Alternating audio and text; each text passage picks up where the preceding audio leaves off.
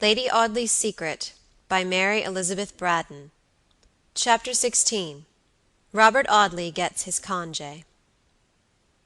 The Christmas week was over, and one by one the country visitors dropped away from Audley Court.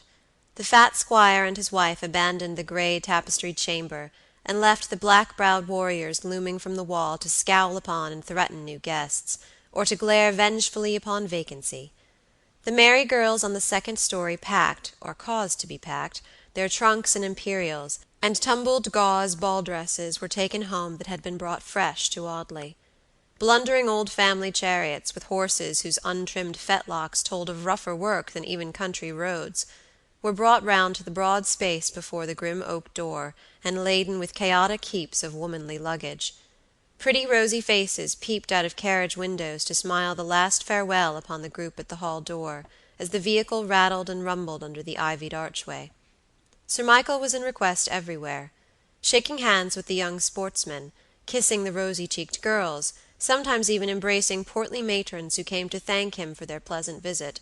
Everywhere genial, hospitable, generous, happy, and beloved, the baronet hurried from room to room, from the hall to the stables, from the stables to the courtyard, from the courtyard to the arched gateway to speed the parting guest. My lady's yellow curls flashed hither and thither like wandering gleams of sunshine on these busy days of farewell. Her great blue eyes had a pretty, mournful look, in charming unison with the soft pressure of her little hand, and that friendly, though perhaps rather stereotyped speech, in which she told her visitors how she was so sorry to lose them, and how she didn't know what she should do till they came once more to enliven the court by their charming society. But however sorry my lady might be to lose her visitors, there was at least one guest whose society she was not deprived of. Robert Audley showed no intention of leaving his uncle's house. He had no professional duties, he said. Figtree Court was delightfully shady in hot weather, but there was a sharp corner round which the wind came in the winter months, armed with avenging rheumatisms and influenzas. Everybody was so good to him at the Court, that really he had no inclination to hurry away. Sir Michael had but one answer to this. "Stay, my dear boy, stay, my dear Bob, as long as ever you like. I have no son, and you stand to me in the place of one. Make yourself agreeable to Lucy, and make the Court your home as long as you live." To which Robert would merely reply by grasping his uncle's hand vehemently, and muttering something about a "jolly old prince." It was to be observed that there was sometimes a certain vague sadness in the young man's tone when he called Sir Michael a "jolly old prince," some shadow of affectionate regret that brought a mist into Robert's eyes, as he sat in a corner of the room looking thoughtfully at the white-bearded baronet. Before the last of the young sportsmen departed, Sir Harry Towers demanded and obtained an interview with Miss Alicia Audley in the oak library, an interview in which considerable emotion was displayed by the stalwart young fox-hunter, so much emotion, indeed, and of such a genuine and honest character, that Alicia fairly broke down as she told him she should forever esteem and respect him for his true and noble heart, but that he must never, never, unless he wished to cause her the most cruel distress, ask more from her than this esteem and respect. Sir Harry left the library by the French window opening into the pond garden. He strolled into that very lime walk which George Talboys had compared to an avenue in a churchyard, and under the leafless trees fought the battle of his brave young heart. "What a fool I am to feel it like this!" he cried, stamping his foot upon the frosty ground. "I always knew it would be so. I always knew that she was 100 times too good for me. God bless her! How nobly and tenderly she spoke! How beautiful she looked with the crimson blushes under her brown skin, and the tears in her big gray eyes! Almost as handsome as the day she took the sunk fence, and let me put the brush in her hat as we rode home. God bless her! I can get over anything as long as she doesn't care for that sneaking lawyer, but I couldn't stand that." That sneaking lawyer, by which appellation Sir Harry alluded to Mr. Robert Audley, was standing in the hall, looking at a map of the Midland counties, when Alicia came out of the library with red eyes, after her interview with the fox-hunting baronet. Robert, who was short-sighted, had his eyes within half an inch of the surface of the map as the young lady approached him. "Yes," he said, "Norwich is in Norfolk, and that fool young Vincent said it was in Herefordshire. Ha, Alicia, is that you?" He turned round so as to intercept Miss Audley on her way to the staircase. "Yes," replied his cousin curtly, trying to pass him. "Alicia, you have been crying." The young lady did not condescend to reply. "You have been crying, Alicia. Sir Harry Towers, of Towers Park, in the county of Hertfordshire, has been making you an offer of his hand, eh? Have you been listening at the door, Mr. Audley?" "I have not, Miss Audley. On principle I object to listen, and in practice I believe it to be a very troublesome proceeding; but I am a barrister, Miss Alicia, and able to draw a conclusion by induction. Do you know what inductive evidence is, Miss Audley?" "No," replied Alicia, looking at her cousin as a handsome young panther might look at its daring tormentor. "I thought not. I dare say Sir Harry would ask if it was a kind of new horse-ball. I knew by induction that the baronet was going to make you an offer. First, because he came downstairs with his hair parted on the wrong side, and his face as pale as a tablecloth; secondly, because he couldn't eat any breakfast, and let his coffee go the wrong way; and thirdly, because he asked for an interview with you before he left the court. Well, how's it to be, Alicia? Do we marry the baronet, and is poor cousin Bob to be the best man at the wedding?" "Sir Harry Towers is a noble-hearted young man," said Alicia, still trying to pass her cousin. "But do we accept him? Yes or no? Are we to be Lady Towers, with a superb estate in Hertfordshire, summer quarters for our hunters, and a drag with outriders to drive us across to papa's place in Essex? Is it to be so, Alicia, or not?" "What is that to you, Mr. Robert Audley?" cried Alicia passionately. "What do you care what becomes of me, or whom I marry? If I married a chimney sweep you'd only lift up your eyebrows and say, 'Bless my soul, she always was eccentric.' I have refused Sir Harry Towers, but when I think of his generous and unselfish affection, and compare it with the heartless, lazy, selfish, supercilious indifference of other men, I've a good mind to run after him and tell him—" "That you'll retract, and be my Lady Towers?" "Yes." "Then don't, Alicia, don't," said Robert Audley, grasping his cousin's slender wrist, and leading her upstairs. "Come into the drawing-room with me, Alicia, my poor little cousin. My charming, impetuous, alarming little cousin. Sit down here in this mullioned window, and let us talk seriously, and leave off quarreling if we can." The cousins had the drawing-room all to themselves. Sir Michael was out, my lady in her own apartments, and poor Sir Harry Towers walking up and down upon the gravel walk, darkened with the flickering shadows of the leafless branches in the cold winter sunshine. "My poor little Alicia," said Robert, as tenderly as if he had been addressing some spoiled child. "Do you suppose that because people don't wear vinegar tops, or part their hair on the wrong side, or conduct themselves altogether after the manner of well-meaning maniacs, by way of proving the vehemence of their passion—do you suppose because of this, Alicia Audley, that they may not be just as sensible of the merits of a dear little warm-hearted and affectionate girl as ever their neighbors can be? Life is such a very troublesome matter, when all is said and done, that it's as well even to take its blessings quietly.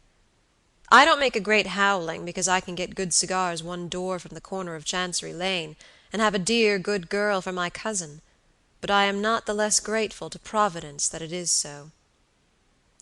Alicia opened her gray eyes to their widest extent, looking her cousin full in the face with a bewildered stare. Robert had picked up the ugliest and leanest of his attendant curs, and was placidly stroking the animal's ears. "Is this all you have to say to me, Robert?" said Miss Audley, meekly.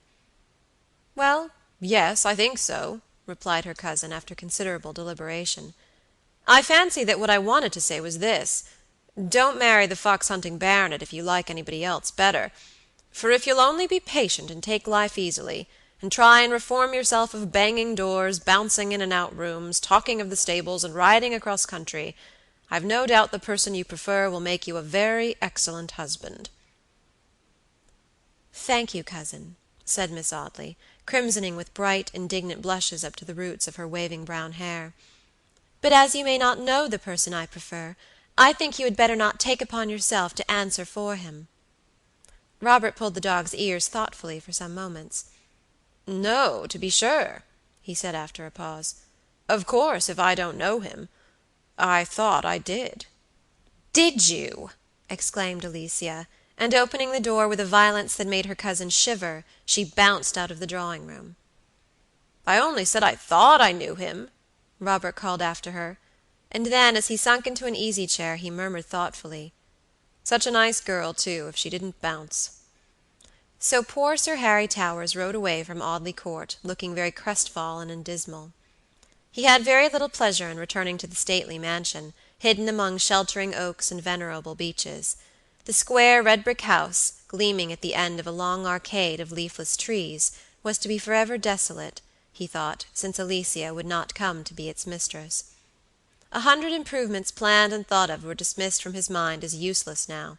The hunter that Jim the trainer was breaking in for a lady, the 2 pointer pups that were being reared for the next shooting season, the big black retriever that would have carried Alicia's parasol, the pavilion in the garden, disused since his mother's death, but which she had meant to have restored for Miss Audley. All these things were now so much vanity and vexation of spirit.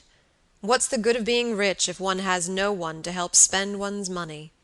said the young baronet. "One only grows a selfish beggar, and takes to drinking too much port. It's a hard thing that a girl can refuse a true heart, and such stables as we've got at the park. It unsettles a man somehow." Indeed, this unlooked-for rejection had very much unsettled the few ideas which made up the small sum of the baronet's mind. He had been desperately in love with Alicia ever since the last hunting season, when he had met her at the county ball. His passion, cherished through the slow monotony of a summer, had broken out afresh in the merry winter months, and the young man's mauvaise honte alone had delayed the offer of his hand. But he had never for a moment supposed that he would be refused. He was so used to the adulation of mothers who had daughters to marry, and of even the daughters themselves.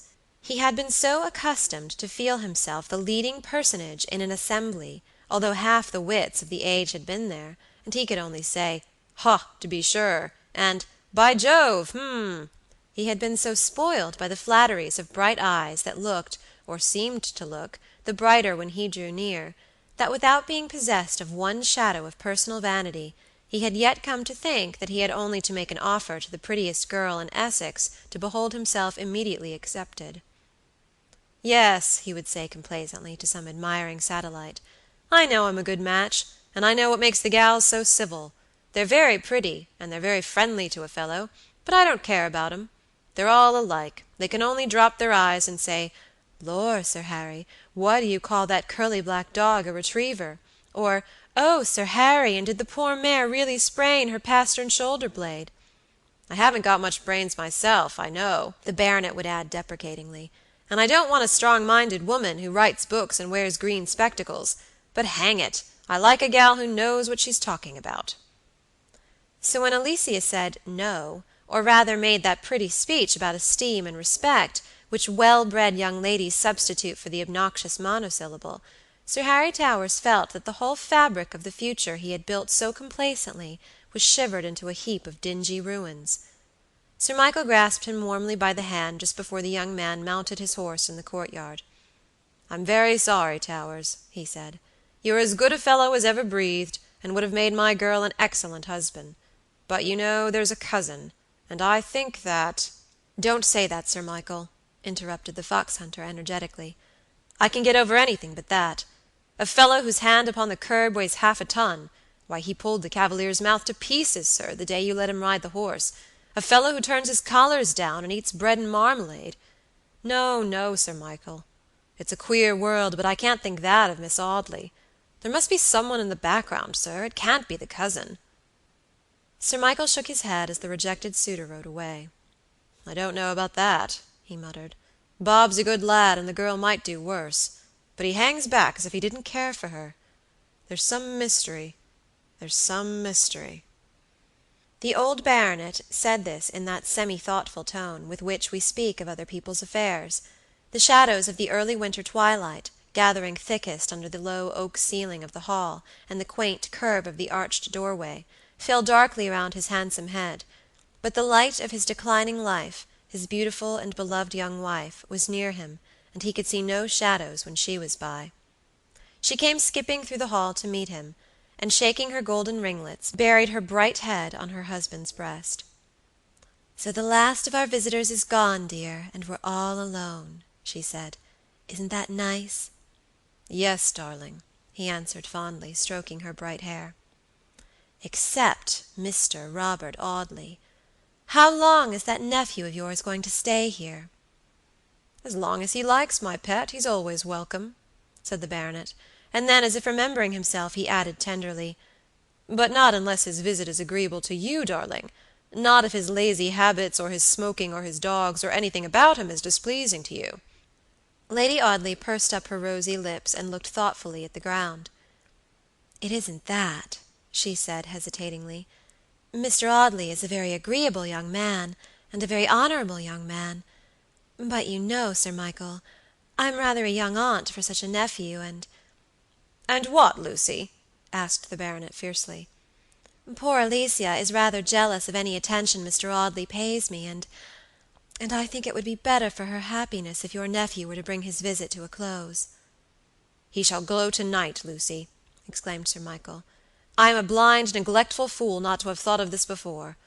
My lovely little darling! It was scarcely just to Bob to expose the poor lad to your fascinations. I know him to be as good and true-hearted a fellow as ever breathed, but he shall go tonight." "But you won't be too abrupt, dear? You won't be rude?" "Rude?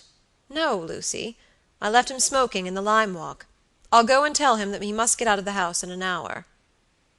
So in that leafless avenue, under whose gloomy shade George Talboys had stood on that thunderous evening before the day of his disappearance, Sir Michael Audley told his nephew that the Court was no home for him, and that my lady was too young and pretty to accept the attentions of a handsome nephew of 8–20.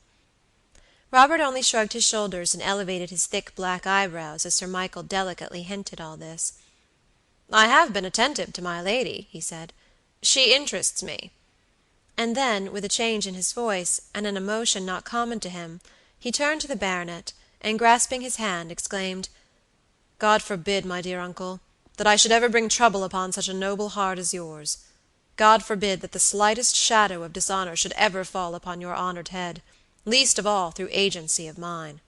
The young man uttered these few words in a broken and disjointed fashion, in which Sir Michael had never heard him speak before, and then turning away his head, fairly broke down.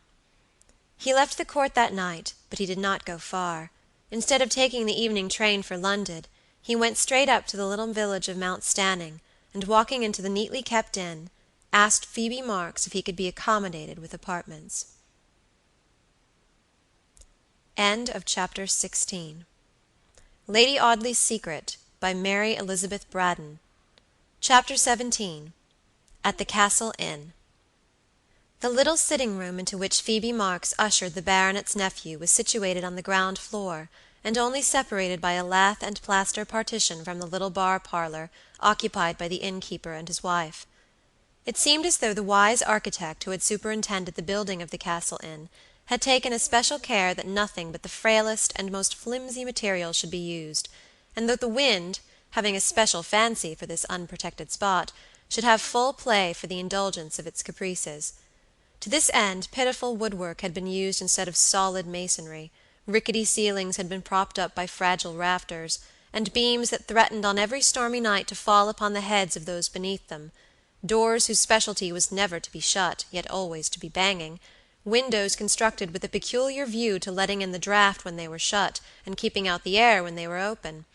The hand of genius had devised this lonely country inn, and there was not an inch of woodwork, or a trowelful of plaster, employed in all the rickety construction that did not offer its own peculiar weak point to every assault of its indefatigable foe. Robert looked around him with a feeble smile of resignation.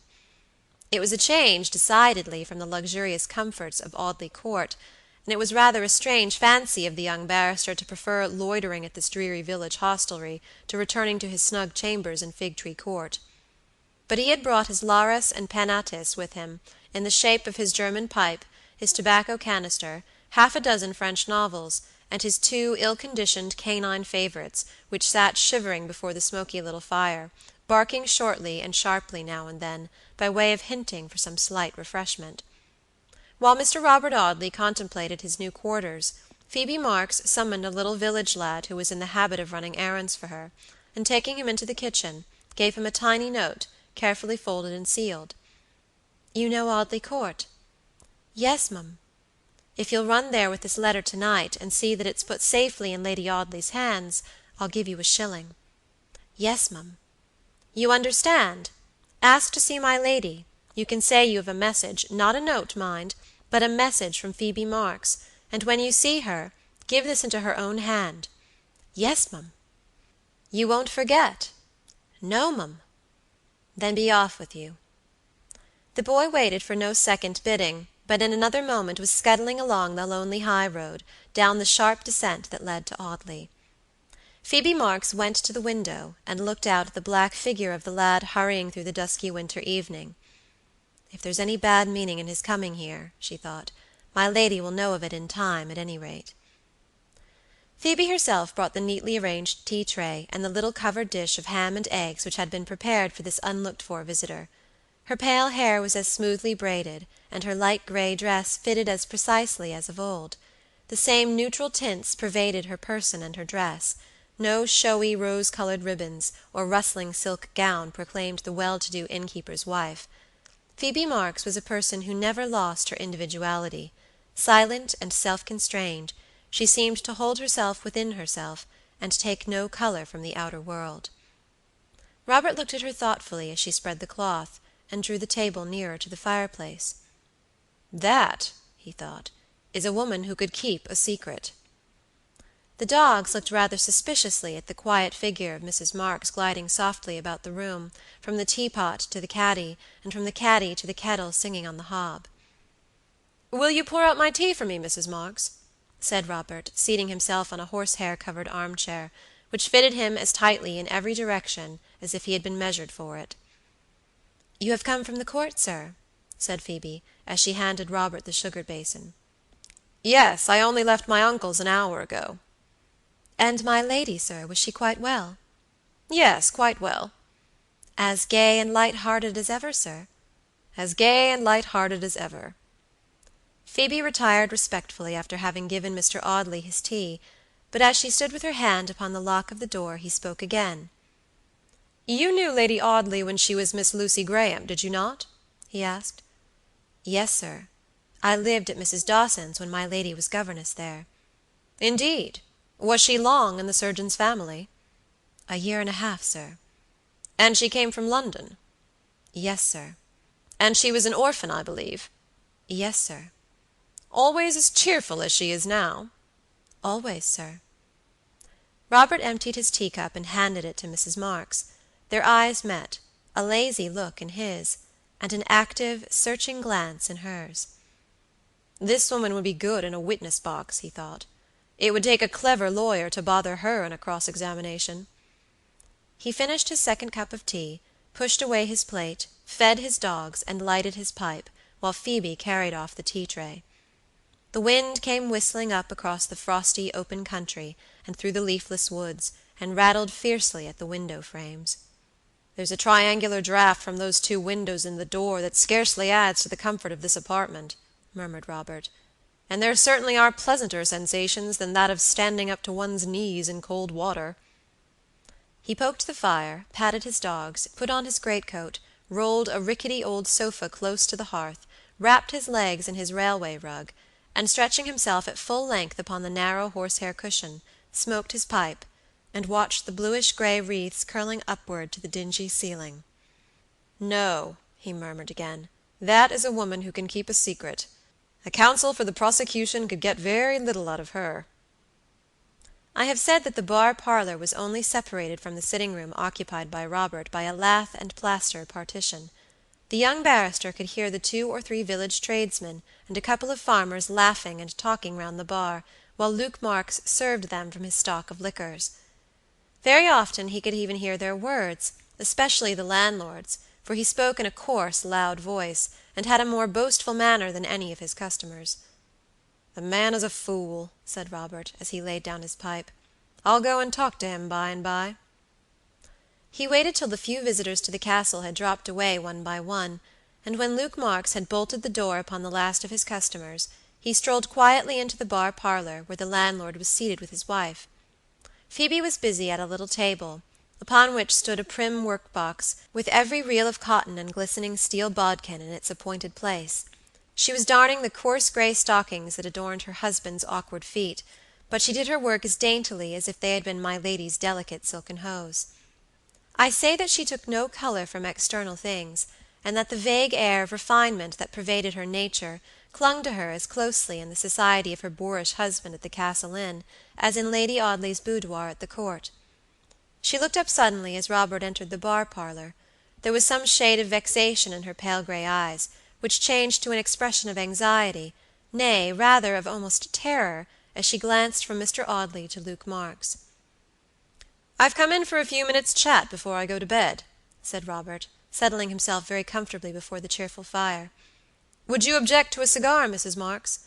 I mean, of course, to my smoking one," he added explanatorily. "Not at all, sir."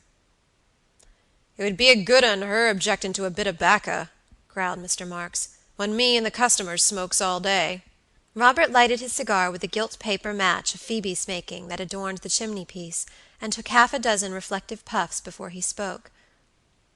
"I want you to tell me all about Mount Stanning, Mr. Marks," he said presently. "Then that's pretty soon told," replied Luke, with a harsh, grating laugh. "Of all the dull holes as ever a man set foot in, this is about the dullest.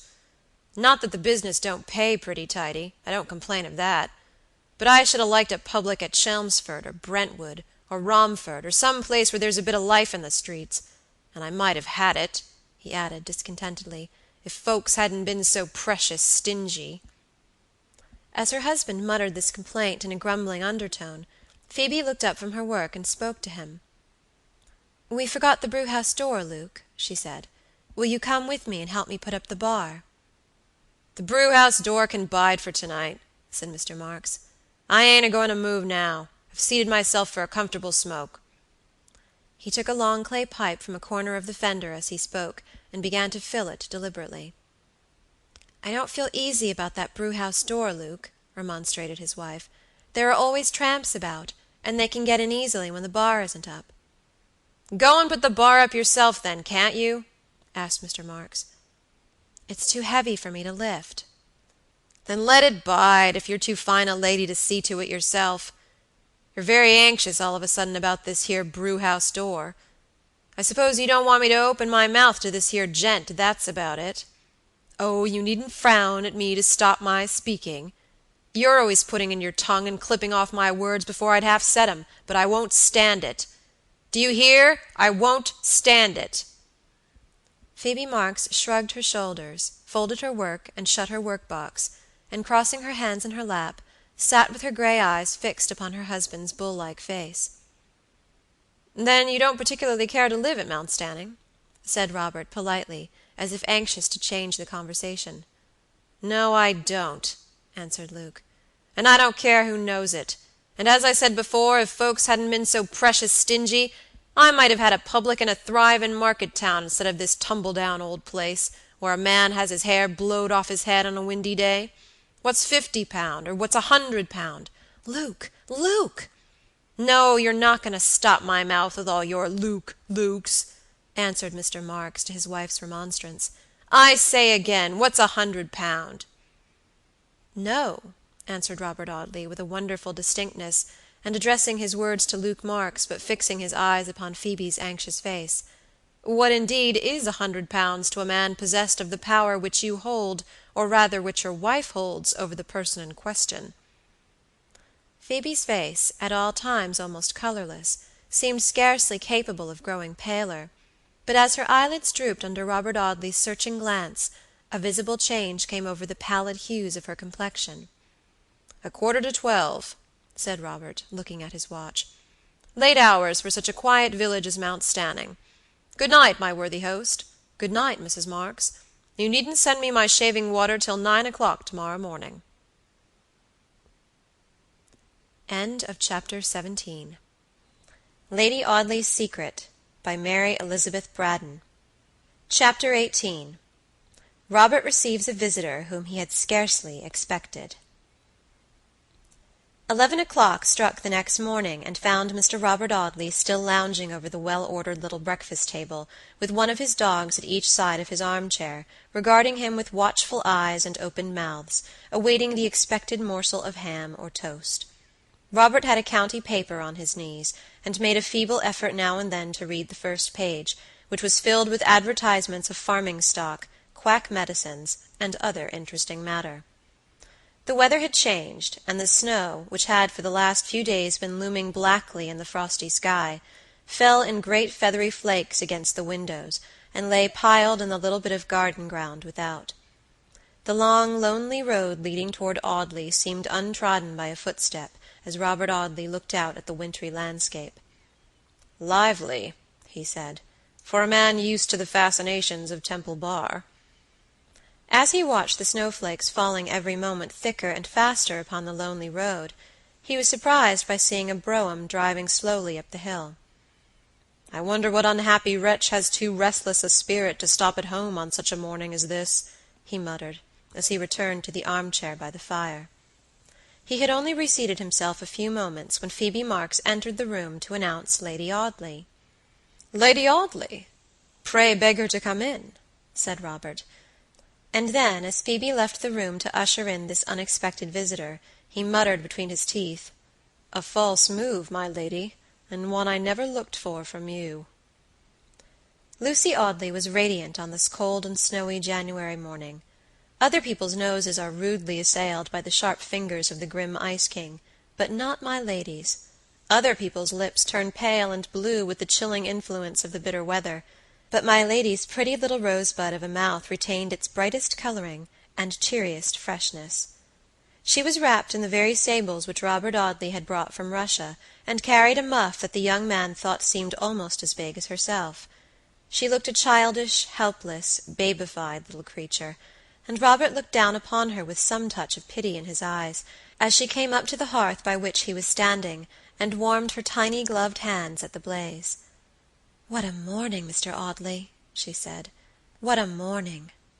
"Yes, indeed. Why did you come out in such weather?" "Because I wished to see you, particularly." "Indeed?" "Yes," said my lady, with an air of considerable embarrassment, playing with the button of her glove, and almost wrenching it off in her restlessness. "Yes, Mr. Audley, I felt that you had not been well treated, that you had, in short, reason to complain, and that an apology was due to you." "I do not wish for any apology, Lady Audley." "But you are entitled to one," answered my lady quietly. "Why, my dear Robert, should we be so ceremonious toward each other? You were very comfortable at Audley. We were very glad to have you there. But my dear, silly husband must needs take it into his foolish head that it is dangerous for his poor little wife's peace of mind to have a nephew of 8 or 9 and 20 smoking his cigars in her boudoir, and behold, our pleasant little family circle is broken up." Lucy Audley spoke with that peculiar childish vivacity which seemed so natural to her, Robert looking down almost sadly at her bright, animated face. "Lady Audley," he said, "Heaven forbid that either you or I should ever bring grief or dishonor upon my uncle's generous heart. Better perhaps that I should be out of the house, better perhaps that I had never entered it." My lady had been looking at the fire while her nephew spoke, but at his last words she lifted her head suddenly, and looked him full in the face with a wondering expression, an earnest, questioning gaze, whose full meaning the young barrister understood. "Oh, pray do not be alarmed, Lady Audley," he said gravely. "You have no sentimental nonsense, no silly infatuation, borrowed from Balzac or Dumas fils, to fear from me. The benchers of the Inner Temple will tell you that Robert Audley is troubled with none of the epidemics whose outward signs are turn-down collars and Byronic neckties. I say that I wish I had never entered my uncle's house during the last year, but I say it with a far more solemn meaning than any sentimental one." My lady shrugged her shoulders. "If you insist on talking in enigmas, Mr. Audley," she said, "you must forgive a poor little woman if she declines to answer them." Robert made no reply to this speech. "But tell me," said my lady, with an entire change of tone, "what could have induced you to come up to this dismal place?" "Curiosity." "Curiosity?" "Yes, I felt an interest in that bull-necked man with the dark red hair and wicked gray eyes. A dangerous man, my lady, a man in whose power I should not like to be." A sudden change came over Lady Audley's face. The pretty roseate flush faded out from her cheeks, and left them waxen white, and angry flashes lightened in her blue eyes. "What have I done to you, Robert Audley?" she cried passionately. "What have I done to you that you should hate me so?" He answered her very gravely. "I had a friend, Lady Audley, whom I loved very dearly, and since I have lost him I fear that my feelings toward other people are strangely embittered."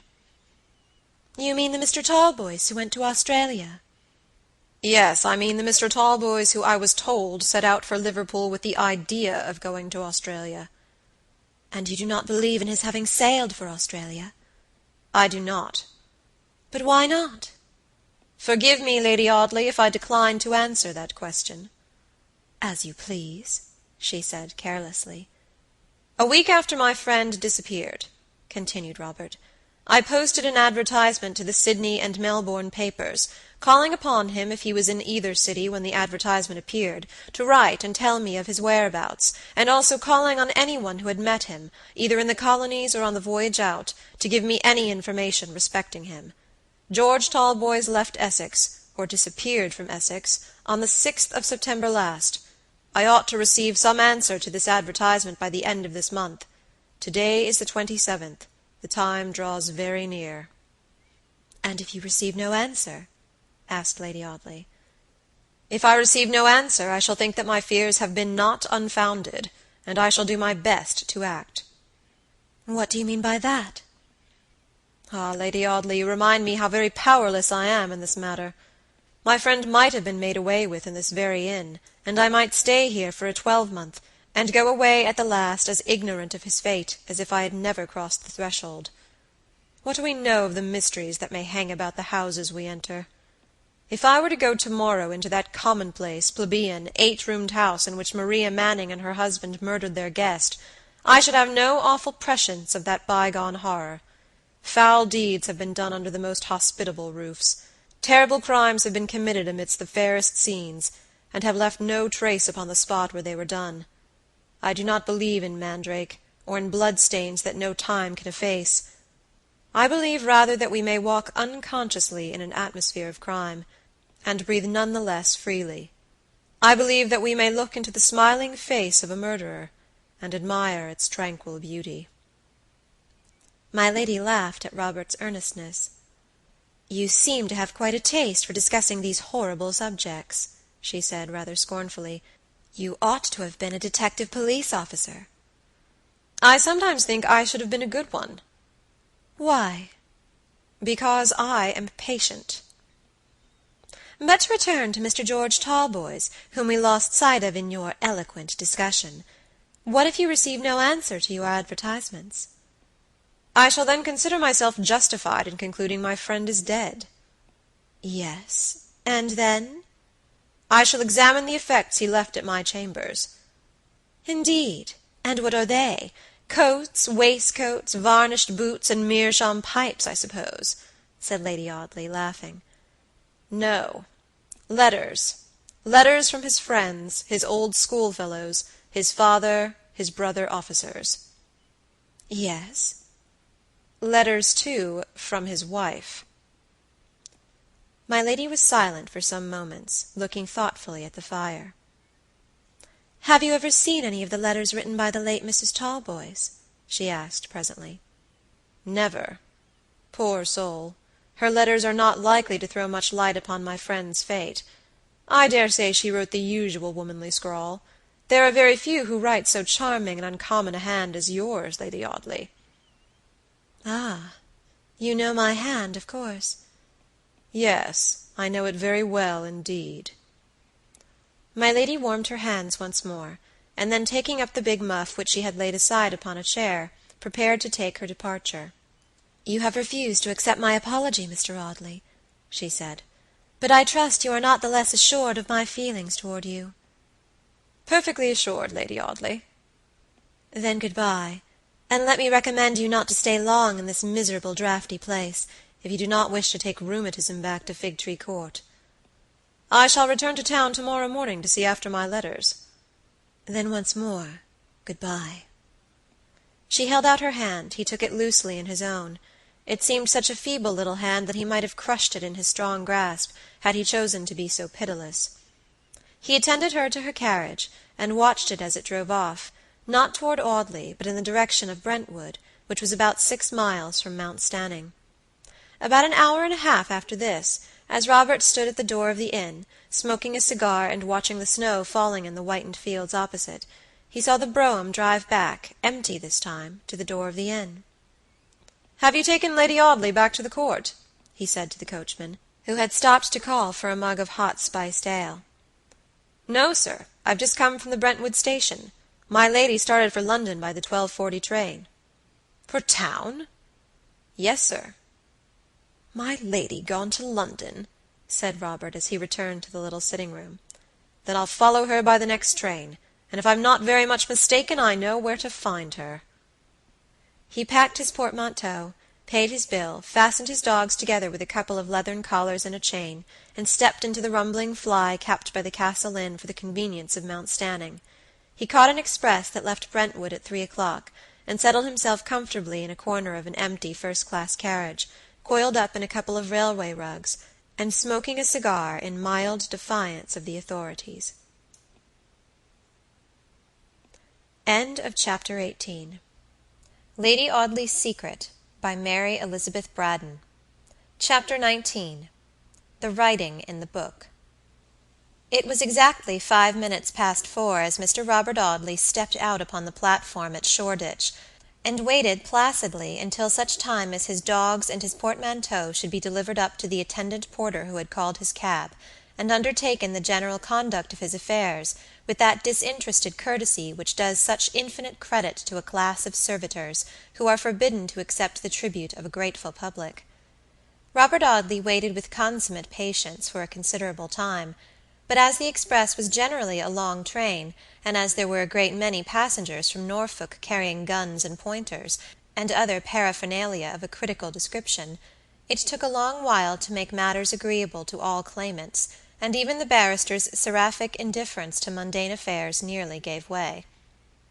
"Perhaps when that gentleman who is making such a noise about a pointer with liver-colored spots has discovered the particular pointer and spots that he wants, which happy combination of events scarcely seems likely to arrive, they'll give me my luggage and let me go. The designing wretches knew at a glance that I was born to be imposed upon, and that if they were to trample the life out of me upon this very platform, I should never have the spirit to bring an action against the company."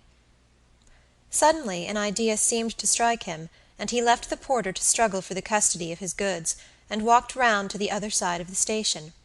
He heard a bell ring, and looking at the clock, had remembered that the down train for Colchester started at this time. He had learned what it was to have an earnest purpose since the disappearance of George Talboys, and he reached the opposite platform in time to see the passengers take their seats. There was one lady who had evidently only just arrived at the station, for she hurried on to the platform at the very moment that Robert approached the train, and almost ran against that gentleman in her haste and excitement. "I beg your pardon," she began ceremoniously, then raising her eyes from Mr. Audley's waistcoat, which was about on a level with her pretty face, she exclaimed, "Robert, you in London already?" "Yes, Lady Audley, you were quite right. The Castle Inn is a dismal place, and—" "You got tired of it. I knew you would. Please open the carriage door for me. The train will start in 2 minutes." Robert Audley was looking at his uncle's wife with rather a puzzled expression of countenance. "What does it mean?" he thought. "She is altogether a different being to the wretched, helpless creature who dropped her mask for a moment, and looked at me with her own pitiful face in the little room at Mount Stanning 4 hours ago. What has happened to cause the change?" He opened the door for her while he thought this, and helped her to settle herself in her seat, spreading her furs over her knees and arranging the huge velvet mantle in which her slender little figure was almost hidden. "Thank you very much. How good you are to me," she said, as he did this. "You will think me very foolish to travel upon such a day. Without my dear darling's knowledge, too. But I went up to town to settle a very terrific milliner's bill, which I did not wish my best of husbands to see, for indulgent as he is, he might think me extravagant, and I cannot bear to suffer even in his thoughts." "Heaven forbid that you ever should, Lady Audley," Robert said gravely. She looked at him for a moment with a smile which had something defiant in its brightness. "Heaven forbid it, indeed," she murmured. "I don't think I ever shall." The second bell rung, and the train moved as she spoke. The last Robert Audley saw of her was that bright, defiant smile. "Whatever object brought her to London has been successfully accomplished," he thought. "Has she baffled me by some piece of womanly jugglery? Am I never to get any nearer to the truth, but am I to be tormented all my life by vague doubts and wretched suspicions, which may grow upon me until I become a monomaniac? Why did she come to London?"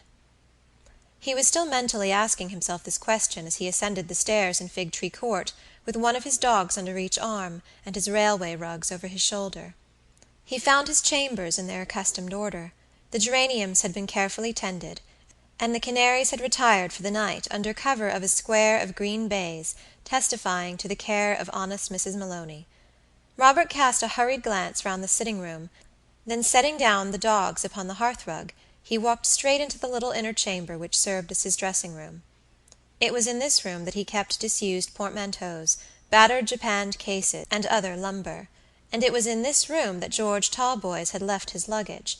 Robert lifted a portmanteau from the top of a large trunk, and kneeling down before it with a lighted candle in his hand, carefully examined the lock. To all appearance it was exactly in the same condition in which George had left it, when he laid his mourning garments aside and placed them in this shabby repository with all other memorials of his dead wife. Robert brushed his coat sleeve across the worn, leather-covered lid, upon which the initials G.T. were inscribed with big, brass-headed nails. But Mrs. Maloney, the laundress, must have been the most precise of housewives, for neither the portmanteau nor the trunk were dusty. Mr. Audley dispatched a boy to fetch his Irish attendant, and paced up and down his sitting-room waiting anxiously for her arrival. She came in about 10 minutes, and after expressing her delight in the return of "the master," humbly awaited his orders. "I only sent for you to ask if anybody has been here to-day. That is to say, if anybody has applied to you for the key of my rooms to-day. Any lady?" "Lady? No, indeed, your honour, there's been no lady for the key, barrin' it's the blacksmith." "The blacksmith?" "Yes, the blacksmith your honour ordered to come to-day." "I ordered a blacksmith!" exclaimed Robert. "I left a bottle of French brandy in the cupboard," he thought, "and Mrs. M. has evidently been enjoying herself." "Sure, and the blacksmith your honour told to see to the locks," replied Mrs. Maloney. "It's him that lives down in one of the little streets by the bridge," she added, giving a very lucid description of the man's whereabouts. Robert lifted his eyebrows in mute despair. "If you'll sit down and compose yourself, Mrs. M.," he said. He abbreviated her name thus on principle for the avoidance of unnecessary labour. "Perhaps we shall be able by and by to understand each other. You say a blacksmith has been here?" "Sure and I did, sir." "To-day?" "Quite correct, sir." Step by step Mr. Audley elicited the following information. A locksmith had called upon Mrs. Maloney that afternoon at 3:00, and had asked for the key of Mr. Audley's chambers, in order that he might look to the locks of the doors, which he stated were all out of repair. He declared that he was acting upon Mr. Audley's own orders, conveyed to him by a letter from the country, where the gentleman was spending his Christmas. Mrs. Maloney, believing in the truth of this statement, had admitted the man to the chambers, where he stayed about a half-hour. "But you were with him while he examined the locks, I suppose?" Mr. Audley asked. "Sure I was, sir, in and out, as you may say, all the time, for I've been cleaning the stairs this afternoon, and I took the opportunity to begin my scouring while the man was at work." "Oh, you were in and out all the time. If you could conveniently give me a plain answer, Mrs. M., I should be glad to know what was the longest time that you were out while the locksmith was in my chambers." But Mrs. Maloney could not give a plain answer. It might have been 10 minutes, though she didn't think it was as much. It might have been a quarter of an hour, but she was sure it wasn't more. It didn't seem to her more than 5 minutes, but "them stairs, your honour," and here she rambled off into a disquisition upon the scouring of stairs in general, and the stairs outside Robert's chambers in particular. Mr. Audley sighed the weary sigh of mournful resignation. "Never mind, Mrs. M.," he said. "The locksmith had plenty of time to do anything he wanted to do, I dare say, without your being any the wiser." Mrs. Maloney stared at her employer with mingled surprise and alarm. Sure, there wasn't anything for him to stale, your honour, barrin' the birds and the geraniums, and— No, no, I understand. There, that'll do, Mrs. M. Tell me where the man lives, and I'll go and see him. But you'll have a bit of dinner first, sir. I'll go and see the locksmith before I have my dinner. He took up his hat as he announced his determination, and walked towards the door. The man's address, Mrs. M.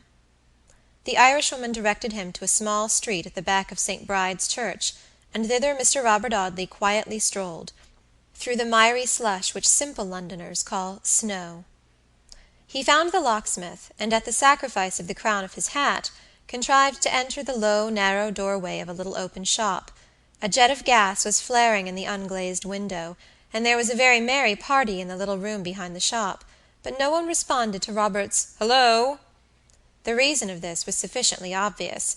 The merry party was so much absorbed in its own merriment as to be deaf to all commonplace summonses from the outer world, and it was only when Robert, advancing further into the cavernous little shop, made so bold as to open the half-glass door which separated him from the merrymakers, that he succeeded in obtaining their attention. A very jovial picture of the Teniers school was presented to Mr. Robert Audley upon the opening of this door.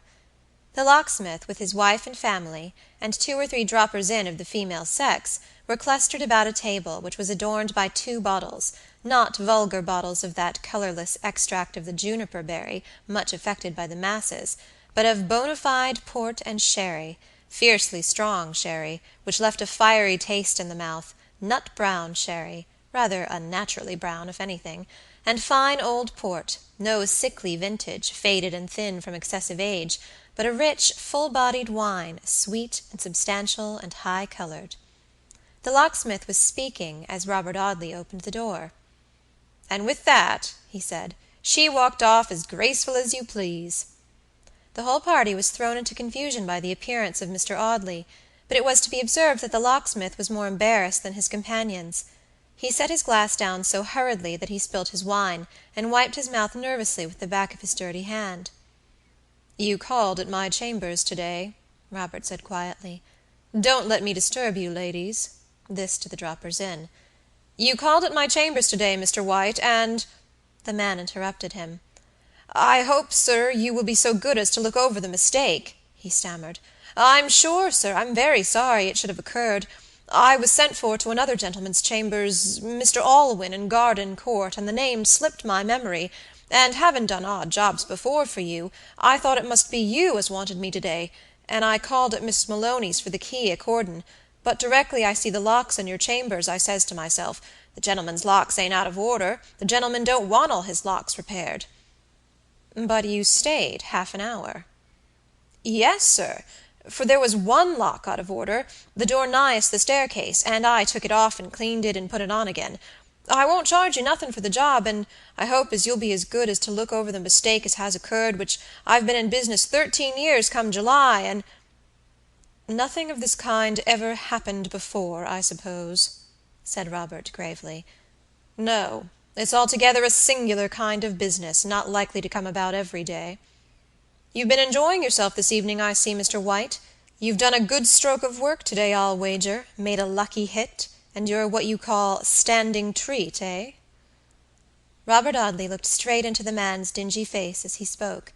The locksmith was not a bad-looking fellow, and there was nothing that he need have been ashamed of in his face except the dirt, and that, as Hamlet's mother says, is common. But in spite of this, Mr. White's eyelids dropped under the young barrister's calm scrutiny, and he stammered out some apologetic sort of speech about his missus, and his missus's neighbours, and port wine and sherry wine, with as much confusion as if he, an honest mechanic in a free country, were called upon to excuse himself to Robert Audley for being caught in the act of enjoying himself in his own parlour. Robert cut him short with a careless nod. "Pray don't apologize," he said. "I like to see people enjoy themselves. Good night, Mr. White. Good night, ladies." He lifted his hat to the missus, and the missus's neighbours, who were much fascinated by his easy manner and his handsome face, and left the shop. "And so," he muttered to himself when he went back to his chambers, "with that she walked off as graceful as you please. Who was it that walked off, and what was the story which the locksmith was telling when I interrupted him at that sentence? Oh, George Talboys, George Talboys, am I ever to come any nearer to the secret of your fate? Am I coming nearer it now, slowly but surely? Is the radius to grow narrower day by day until it draws a dark circle around the home of those I love? How is it all to end?"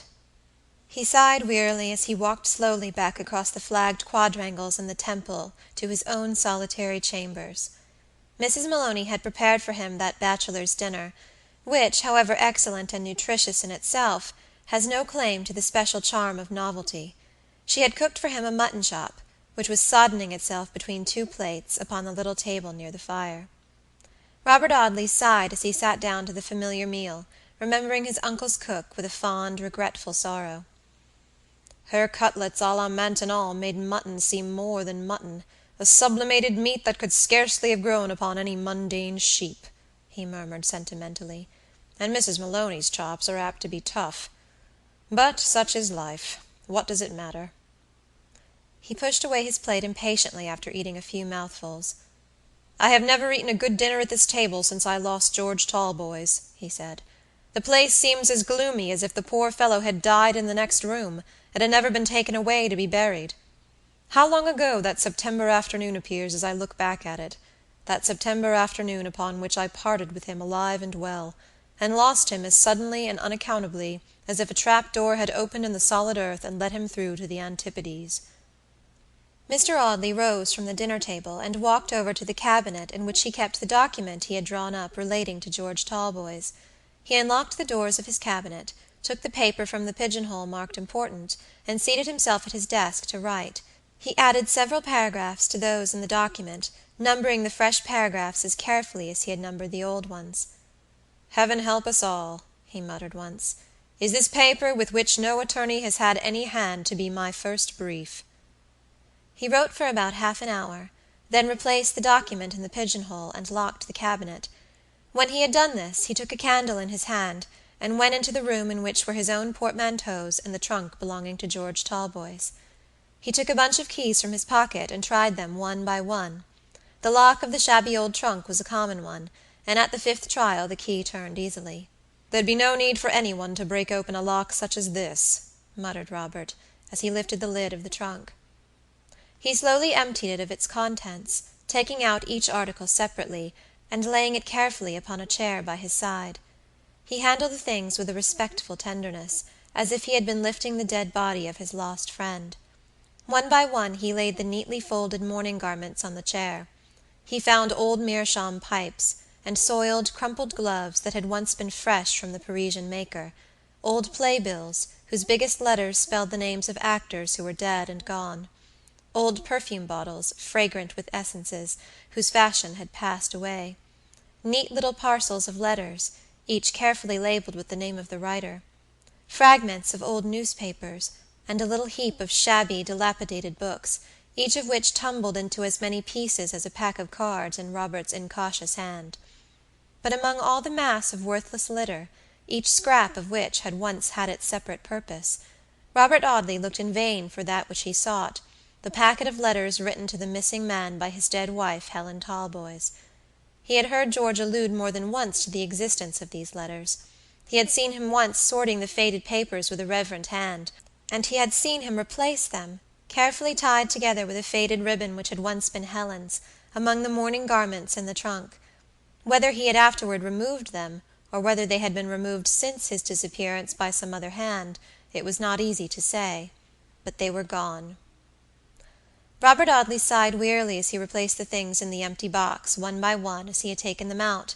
He stopped with the little heap of tattered books in his hand, and hesitated for a moment. "I will keep these out," he muttered. "There may be something to help me in one of them." George's library was no very brilliant collection of literature.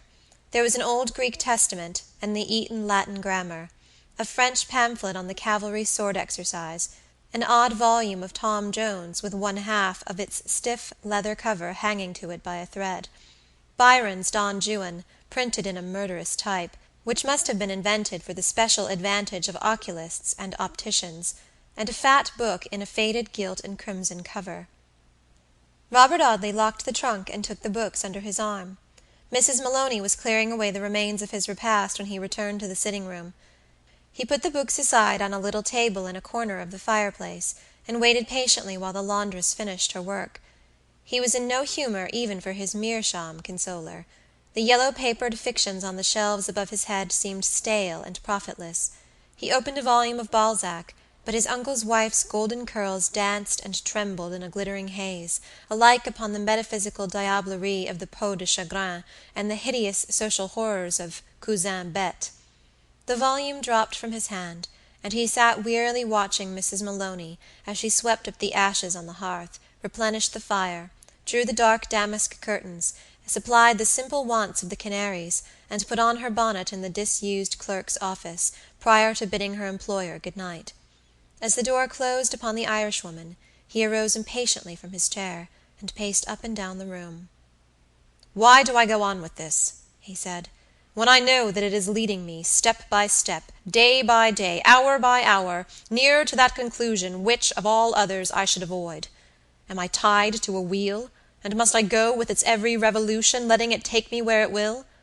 Or can I sit down here tonight, and say I have done my duty to my missing friend, I have searched for him patiently, but I have searched in vain? Should I be justified in doing this? Should I be justified in letting the chain which I have slowly put together, link by link, drop at this point? Or must I go on, adding fresh links to that fatal chain until the last rivet drops into its place and the circle is complete?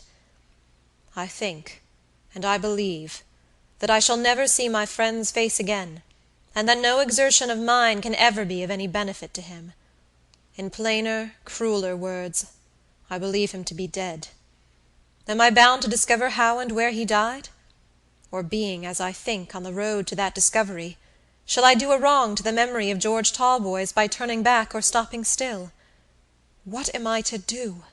What am I to do?" He rested his elbows on his knees and buried his face in his hands. The one purpose which had slowly grown up in his careless nature until it had become powerful enough to work a change in that very nature, made him what he had never been before, a Christian. Conscious of his own weakness, anxious to keep to the strict line of duty, fearful to swerve from the conscientious discharge of the strange task that had been forced upon him, and reliant on a stronger hand than his own to point the way which he was to go. Perhaps he uttered his first earnest prayer that night, seated by his lonely fireside, thinking of George Talboys. When he raised his head from that long and silent reverie, his eyes had a bright, determined glance, and every feature in his face seemed to wear a new expression. "Justice to the dead first," he said. "Mercy to the living afterward."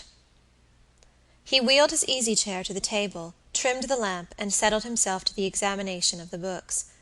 He took them up, one by one, and looked carefully through them, first looking at the page on which the name of the owner is ordinarily written, and then searching for any scrap of paper which might have been left within the leaves. On the first page of the Eton Latin grammar, the name of Master Talboys was written in a prim, scholastic hand. The French pamphlet had a careless G.T. scrawled on the cover in pencil, in George's big, slovenly calligraphy.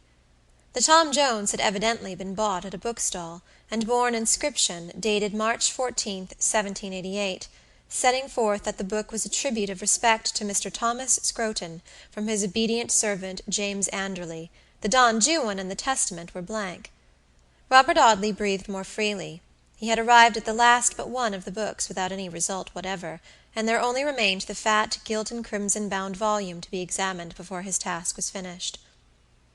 It was an annual of the year 1845. The copper-plate engravings of lovely ladies, who had flourished in that day, were yellow and spotted with mildew, the costumes grotesque and outlandish, the simpering beauties faded and commonplace. Even the little clusters of verses, in which the poet's feeble candle shed its sickly light upon the obscurities of the artist's meaning, had an old-fashioned twang, like music on a lyre whose strings are slackened by the damps of time. Robert Audley did not stop to read any of the mild productions. He ran rapidly through the leaves, looking for any scrap of writing or fragment of a letter which might have been used to mark a place. He found nothing but a bright ring of golden hair, of that glittering hue which is so rarely seen except upon the head of a child, a sunny lock, which curled as naturally as the tendril of a vine, and was very opposite in texture, if not different in hue, to the soft, smooth tresses which the landlady at Ventnor had given to George Talboys after his wife's death. Robert Audley suspended his examination of the book, and folded this yellow lock in a sheet of letter paper, which he sealed with his signet ring, and laid aside, with the memorandum about George Talboys and Alicia's letter, in the pigeon-hole marked important. He was going to replace the fat annual among the other books, when he discovered that the two blank leaves at the beginning were stuck together. He was so determined to prosecute his search to the very uttermost, that he took the trouble to part these leaves with the sharp end of his paper knife, and he was rewarded for his perseverance by finding an inscription upon one of them. This inscription was in 3 parts, and in 3 different hands. The first paragraph was dated as far back as the year in which the annual had been published, and set forth that the book was the property of a certain Miss Elizabeth Ann Bince, who had obtained the precious volume as a reward for habits of order, and for obedience to the authorities of Camford House Seminary, Torquay. The second paragraph was dated 5 years later, and was in the handwriting of Miss Bince herself, who presented the book as a mark of undying affection and unfading esteem (Miss Bince was evidently of a romantic temperament) to her beloved friend, Helen Maldon. The third paragraph was dated September, 1853, and was in the hand of Helen Maldon, who gave the annual to George Talboys, and it was at the sight of this third paragraph that Mr. Robert Audley's face changed from its natural hue to a sickly, leaden pallor. "I thought it would be so," said the young man, shutting the book with a weary sigh. "God knows I was prepared for the worst, and the worst has come. I can understand all now. My next visit must be to Southampton. I must place the boy in better hands." Chapter 20.